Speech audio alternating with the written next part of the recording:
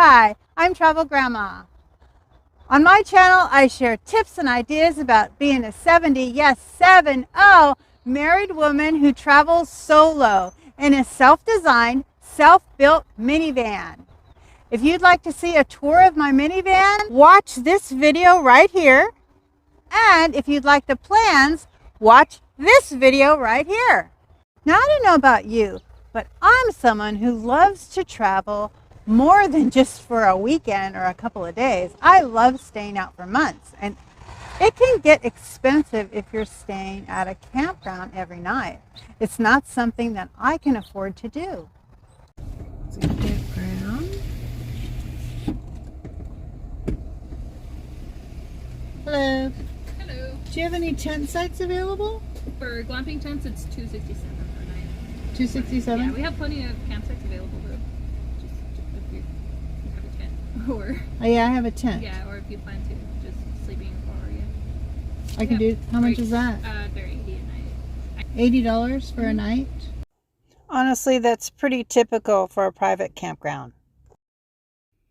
Obviously, if you book 6 months to a year ahead of time, you'll be able to stay at a state park, a national park, for a more reasonable rate.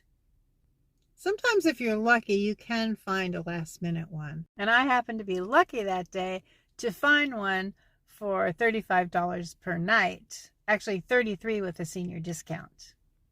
But on a daily basis, I usually scout around to find a safe place to park overnight for free. Make sure to stay till the end where I share my tips for how I find the best parking in an urban setting.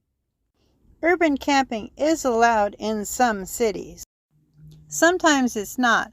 And what you need to do is read the neighborhood and read the signs. I think the reason that more and more signs are going up is that people are not being respectful of the neighborhood. And I'm going to be sharing some tips with you about doing it the right way. There's also public land available. This is usually called boondocking because most of the time it's located in very remote areas. And sometimes the roads can be pretty rocky. So I'm pretty sure any one of these roads that go in here is BLM land. So let's just choose this one here. Go ahead in. Find a spot to park. Staying overnight in the boonies or in a dispersed camping area does take guts. And that goes for wherever you park. Trust your gut. Take precautions. Don't drive on rough or sandy roads. Bring personal protection. Tell someone where you're going and camp within shouting distance of others. And if you're ever in a place that makes you feel uncomfortable, leave. Don't park in poor, rundown, sketchy-looking areas. I loved visiting San Francisco when I was there. There are some areas that I'll park in, but then there's some areas that I won't, for pretty obvious reasons. When sightseeing, it can be tempting to stay in a hotel parking lot. After all, there'll be lots of cars without a state license plate, but be aware, without permission, stealth parking on private property is illegal. And you could get caught on camera. I think one of the most difficult places to find parking is in the country. There are no sidewalks, and everybody knows their neighbors. When driving through the country, you need a Plan C.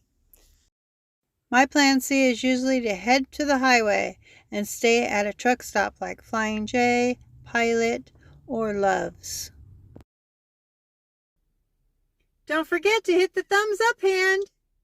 And while you're at it, please subscribe and hit the notification bell to be notified every time I upload a new video. So how do I find the best urban camping when I'm just winging it in the city? I prefer to stay in family neighborhoods, and if there's a park across the street, that's ideal. But you need to make sure that there are other cars parked on that street and that there are no signs indicating that you cannot.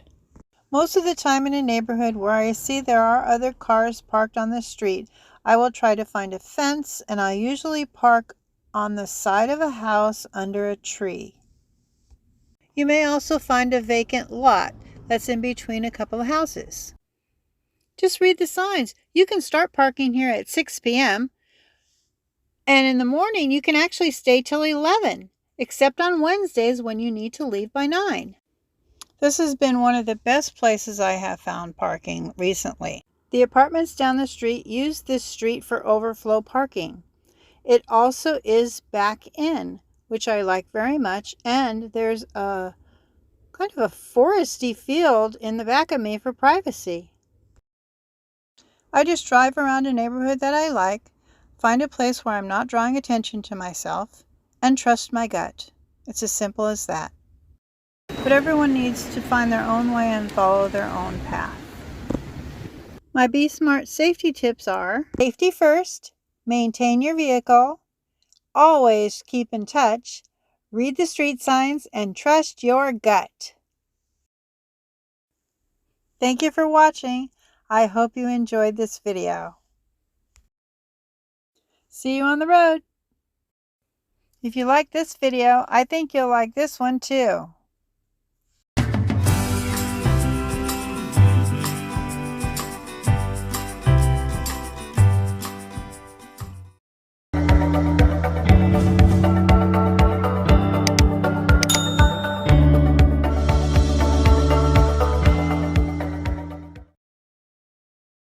Ladies, if you're interested in connecting with like-minded women, consider joining my Facebook community.